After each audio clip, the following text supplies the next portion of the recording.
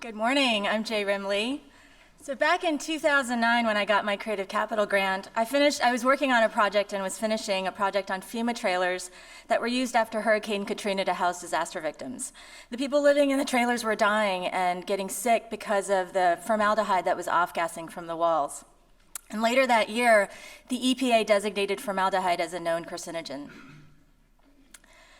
As it turns out, formaldehyde embalming is a major source of revenue for the $21 billion a year funeral industry. The National Cancer Institute says that funeral directors have higher late rates of leukemia and other health problems because of their exposure to formaldehyde.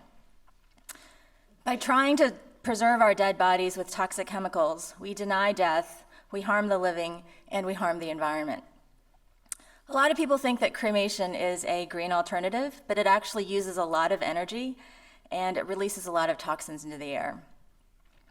All of this inspired me to create the Infinity Burial Project, my creative capital work. I wanted to use mushrooms to decompose bodies, clean toxins in the body, and deliver nutrients to plant roots, leaving clean compost. So I began growing mushrooms on discarded parts of my body, my hair, skin, and nails. And I made the Infinity Burial Suit. It's a bodysuit lined with toxin cleaning, edible mushrooms. The dendritic pattern on the suit mimics how mushrooms grow in the wild. Ruby calls it the mushroom death suit. And early in the project, people began to offer their bodies to be eaten by mushrooms. So I formed a society of decomponauts, those who share a vision of a cultural shift from our current culture of death denial and body preservation to one of decompoculture, a radical acceptance of death. And then thanks to Ruby, in 2011, I gave a TED Talk wearing the suit. It's gotten more than 1 million views. And I called these my ninja pajamas. And then in 2013, I was invited and presented my work at the National Funeral Directors Convention. And I was and I was given a design award for the suit. And the funeral directors' responses to the suit ranged from, "This is completely disgusting," to, "This is the future of the funeral industry." I want to believe the latter. So we know the funeral industry is lucrative, and we know they don't want to change. But I believe that our society needs a human-centered approach to death and dying. So because of all the attention, requests to buy the suit started rolling in, and this just terrified me, because it meant that I had to start producing the suits on a large scale. And I really just didn't want to be a business person. But I realized that creating a cultural shift around death on a large scale actually requires that people use the suit. So I needed to figure out how to produce and sell the suit.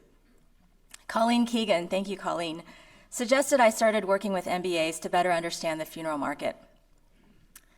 And then last year, I received a fellowship at the D School at Stanford, where I learned design thinking, which is a human-centered approach to solving problems. I met this guy, Mike Ma, at Stanford in January, and in May, he quit his job as a senior vice president and head of digital strategy at Bank of America to come work with me.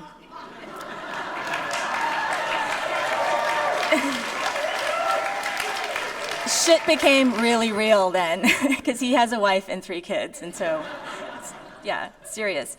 And together, Mike and I formed a company. So the first thing we did is we began talking to decomponauts. We began talking to decomponauts, our super fans who had started to donate their bodies. And we collaborated with StoryCorps to record stories about death and dying to build our human-centered approach. And one of my asks for you all in the room today is to please share your stories with us about death and dying and your families. And you can do this through StoryCorps or through our website. And then earlier this year, a man named Dennis White wrote to us. So Dennis is a 63-year-old retired carpenter, and he has a terminal illness. And he wrote and said, "JR, my time is running out. Can I get a suit?" And Mike and I offered to give him a suit and follow him and his family through the end-of-life process. So we went to his home in Massachusetts to spend time with his family. We went to family Sunday dinners, we visited cemeteries, and we met with death doulas. We fitted Dennis for the suit, and as we got to know his family, what surprised us most was that the suit wasn't just a product or an art object. The suit was a powerful tool that opened the door to deeper insights about how the family makes decisions together and how they grapple with their emotions. And the reality is that ultimately, it's Dennis's wife and kids who will be the one to carry out his wishes. So our company is called Coeo. It comes from the Latin word for to unite. The suit provokes a new model for funeral services, compelling us to reimagine ecosystems for how our culture engages with death and dying.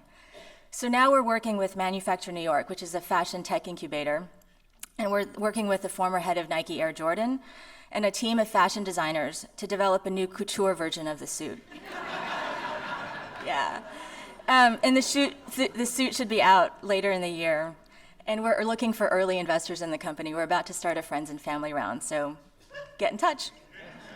So I want to thank Ruby and Creative Capital for seeing the potential of a very fledgling idea that was just a little bit out there, and for believing in me and basically changing the trajectory of my life. Thank you so much.